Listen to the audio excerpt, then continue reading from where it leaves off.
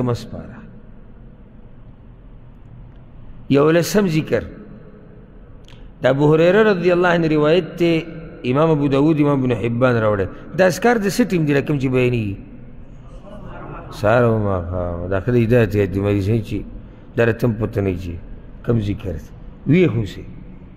یولسم ذکر بیانېږي او ډیر لوی بدبخت وي چې په دې دومره اسکارو کې د یو ذکر ویلو نصیب نه او د اجرونو ته خیال دی تیر شوي درس کې بیان شوي بې شمار یو سړی دا اذکار مکمل سحر هم وایي او ماښام هم وایي سوچ وکړه که الله به دله په ژوند کې څومره برکتونه ورکوي د دنیا او د آخرت څومره خیرونه دی راجمع کړي کېږي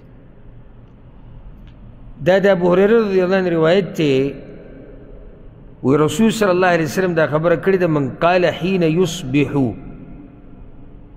چا چې سحر دا ووي سبحان الله العظیم وبحمده ګران دی ذکر که اسان دی 100 مره سل پیرې واذا امسى كذلك او ماښام هم دقې شان وي لم يوافي احد من الخلائق بمثل ما وافى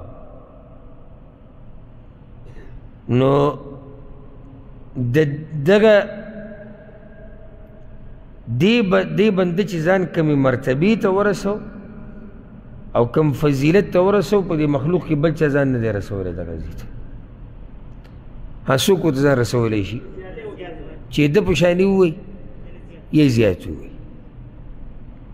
چې د په شانې ووایي خو هم دغه مرتبې ته ورسېد یعنی ته اوچته مرتبه ګټلی شي د الله په دې بندګانو کې چې صرف سل پیرې سهار سبحان الله العظیم وبحمده وي او د شپې ماښام سبحان الله العظیم وبحمده سل پیرې